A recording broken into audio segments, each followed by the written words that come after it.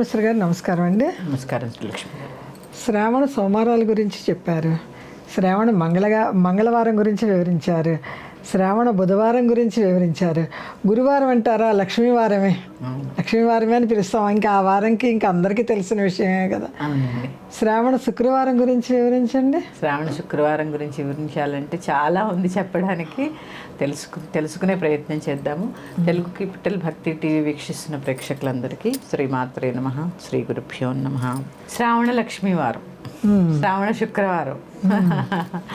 శుక్రవారం అంటే శ్రావణ మాసంలో చక్కగా మన స్త్రీమూర్తులందరికీ, మన సోదరులందరికీ చాలా ఇష్టమైనది. ఎందుకంటే ఎప్పుడు కొనుక్కోపోయినా ఓ చిన్న పట్టు చీరైనా కొనుక్కుంటారండి. శ్రావణ మాసంకి చిన్న పట్టు చీరైనా కొనుక్కుంటారండి.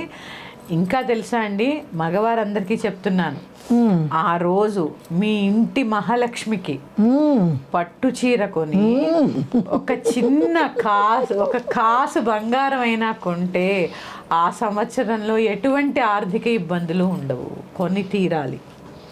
పట్టు చీర కొనాలి, బంగారపు కాసు కొని ఇవ్వాలి. నేను చాలా కొనుక్కోమని చెప్పి గ్రామం మీరందరూ అక్షయ తృతీయ, ధనత్రయోదశి ఇవన్నీ నాకు తెలియదు, నాకంత అవగాహన లేదు. కానీ శ్రావణ మాసంలో వచ్చేటటువంటి ఈ వరలక్ష్మి వ్రతం రోజున భర్తలందరూ మీ ఇంటి మహాలక్ష్మికి ఒక చిన్న పట్టు చీర, ఒక చిన్న కాసు బంగారం కొంటే, గ్రాము బంగారం, గ్రాము చాలు, కాసు అంటే లక్ష్మీ కాసు అందులో గ్రాము కొనొచ్చు, అరగ్రాము కొనొచ్చు. ఇప్పుడు అరగ్రాములు కూడా వస్తున్నాయి కదండి. మీ స్త్రీమూర్తులు కూడా మీ భర్త ఏది కొనిస్తే అది తృప్తిగా సంతోషంగా తీసుకోండి. అంతేగాని కావాలని గ్రామైనా అరగ్రామైనా బంగారమే కదా. బంగారపు కాసు శుభం కోసం. బంగారం అంటే ఏంటి? శుభానికి సంకేతం, లక్ష్మీప్రదం. కాబట్టి చక్కగా తెచ్చుకొని ఆ రోజు శ్రావణ శుక్రవారం రోజు, వరలక్ష్మి వ్రతం రోజు తెచ్చుకోండి. ఇక మిగిలిన శ్రావణ శుక్రవారాల్లో ప్రతిరోజు శ్రీ సూక్తంతో అమ్మవారికి కుంకుమార్చన చేసుకోండి. ప్రతిరోజు అమ్మవారికి కుంకుమార్చన శ్రీ సూక్తంతో. దీంట్లో మళ్ళీ అండి సంపుటీకరణ శ్రీ సూక్తం అని ఉంటుంది. దాంట్లో కొన్ని మహాలక్ష్మి మూలమంత్రాలు ఉంటాయి కాబట్టి నేను సభాముఖంగా తెలియచేయలేను. హిరణ్యవర్ణాం హరిణీం సువర్ణరజతస్రజాం చంద్రాం హిరణ్మయీం లక్ష్మీం జాతవేదో మహావహ. మళ్ళీ అమ్మవారి మంత్రం ఉంటుంది, మళ్ళీ శ్రీ సూక్తం. ఇట్లా సంపుటీకరణ చేస్తూ చక్కగా శ్రీ సూక్తాన్ని పఠించి కుంకుమార్చన చేసి ఆ కుంకుమ ధారణ చేయడం వల్ల కూడా లక్ష్మీ ప్రాప్తి కలుగుతుంది.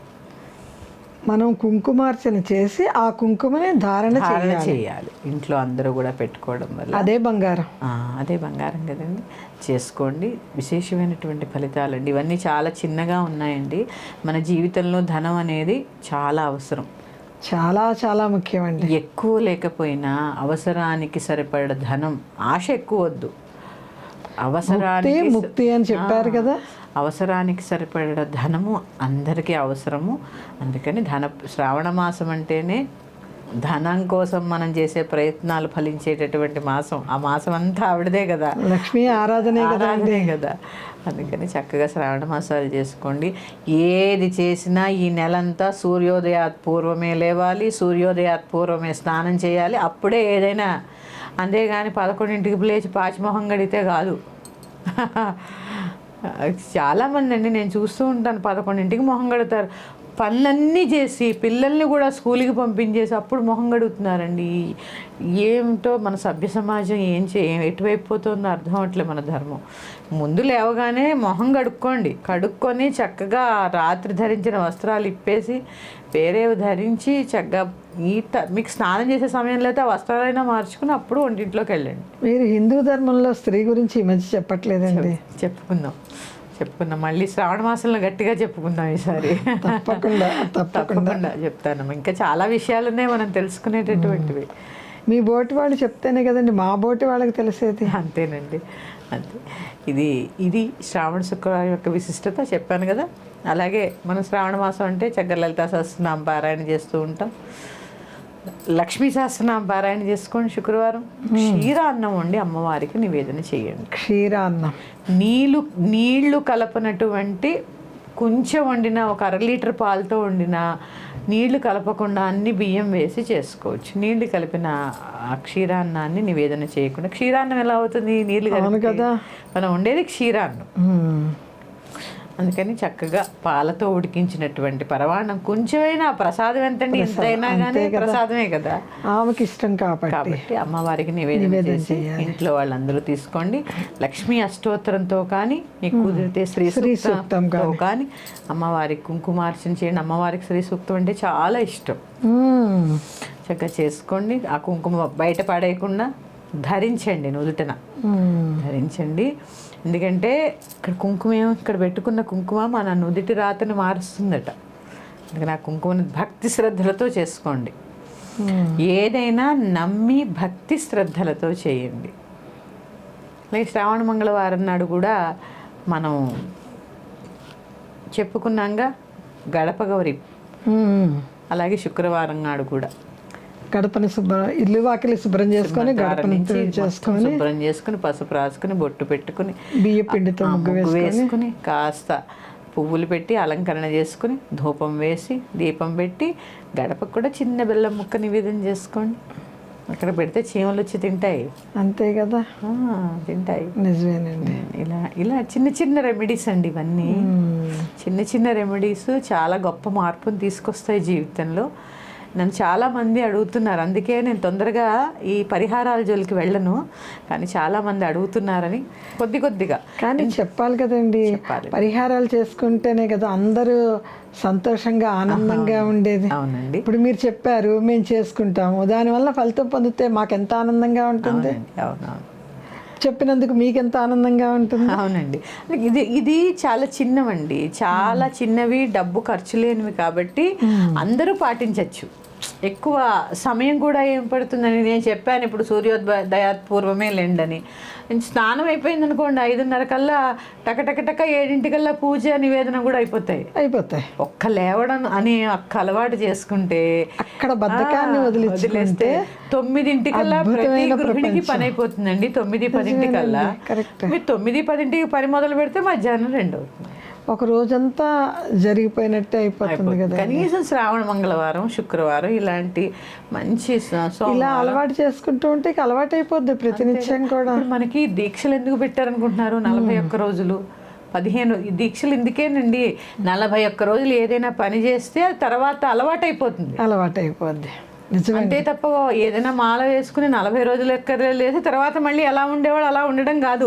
ఈ 41 రోజులు ఎలా ఉన్నావో మొత్తం అంతా అలా ఉండడానికి దీక్ష అది. అందుకని ఆ రోజు కోప్పడకూడదు. పైగానండి ఇంకొక విషయం, కోప్పడకూడదు అంటే శుక్రవారం నాడు అసలు ఎప్పుడూ మంచిది కాదు. మంగళవారం కానీ భార్యాభర్తలు ఇద్దరు ఎట్టి పరిస్థితుల్లో కీచులాడకూడదు. స్త్రీ కంటి నుంచి నీరు రావద్దు. అంటే ఏడుస్తారు. ఏడవద్దు. ఎందుకు? మీ కన్నీరు చాలా విలువైంది, అది మీరు తెలుసుకోండి. స్త్రీ యొక్క కన్నీరు చాలా విలువైనదండి. విలువైనది. అది ఎందుకు ఏడవకూడదని చెప్పారు దీంట్లో అంటే, నీ కన్నీటికి ఎంత విలువిచ్చారో చూడండి అక్కడ. అంటే మాకు ఏడవడానికి కూడా స్వాతంత్రం లేదా? కాదు, తప్పు. నీ కన్నీటికి కూడా ఎంత విలువిచ్చారు.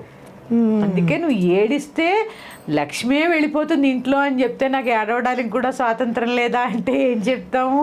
మిమ్మల్ని రాణిని చేశారు వాళ్ళు. మన ధర్మం మిమ్మల్ని రాణిని చేసింది, కానీ మీరు దానికి రివర్స్లో ఆలోచిస్తున్నారు. కరెక్ట్ కాదు. మన ధర్మం మనల్ని రాణిగానే నిలబెట్టి 100% ఇచ్చారు, మనం 30% కోరుకుంటున్నాం కదా రాజ్యాంగంలో కూడా. అంతే. అందుకని ఏడవకండి, కీచులాడుకోకండి. ముందు కనీసం అప్పుడైనా మానేయండి, శాంతంగా ఉండండి. ఎంత శాంతంగా లక్ష్మిని ధన రూపంలో చూడడం ఎంత అవసరమో చాలా రకాలుగా ఉంది కదా లక్ష్మి. అష్టలక్ష్ములు ఉన్నారు. ఆదిలక్ష్మి, విద్యాలక్ష్మి, ధనలక్ష్మి, ధాన్యలక్ష్మి, సంతానలక్ష్మి, విజయలక్ష్మిలే కదా. ధన ఇప్పుడు దాహం వేసినప్పుడు నీళ్లు తాగామనుకోండి, అందుబాటులో నీరు ఉండడం లక్ష్మి. నిజమేనండి, లేకపోతే గొంతు ఆరిపోతూ ఉంటుంది, ఎండిపోతుంది. ఆకలి వేసింది, భుజిస్తున్నాం, లక్ష్మి. నిన్ను పలకరించే వాళ్ళు 10 మంది ఉన్నారు. సంతానం అంటే ఏంటి? ఇదే కదా అంతే కదా. లక్ష్మి. ఓన్లీ డబ్బు రూపంలోనే చూడకండి లక్ష్మీదేవిని, చాలా ఫామ్స్ లో ఉంటుంది. చాలా మంచి విషయం చెప్తున్నారు. లక్ష్మి అంటే అర్థం ఏంటి? లక్ష్యం ఉన్నదే లక్ష్మి. నువ్వు ఎంత లక్ష్యంగా ఉంటే అంత లక్ష్మి నిలుస్తుంది. ఎందులో? మాటలో లక్ష్యంగా ఉండాలి, చేతలో లక్ష్యంగా ఉండాలి. నీ ద్వారా ఆ రోజు ఎవరినీ బాధ పెట్టద్దు. వరలక్ష్మి వ్రతం చేసుకుంటారమ్మా. తర్వాత ఏం చేస్తారు? ఆ పని వాళ్ళ మీద అరుస్తూ ఉంటారు, సరిగ్గా తుడవలేదు, పేరెంట్ వాళ్ళు వస్తారు, ఇది ఆ రోజే చాలా హడావిడిగా ఇంకా ఎక్కువ వస్తుంటారు టెన్షన్లో. ఈ శ్రావణ శుక్రవారాలు ఇంకా ఇంకా మనం చెప్పుకోవాల్సిన అంశాలు చాలా ఉన్నాయి. మరొక ఎపిసోడ్తో మీ ముందుకు వస్తాను. శ్రీమాత్రే నమః. స్వస్తి. శ్రీమాత్రే నమః.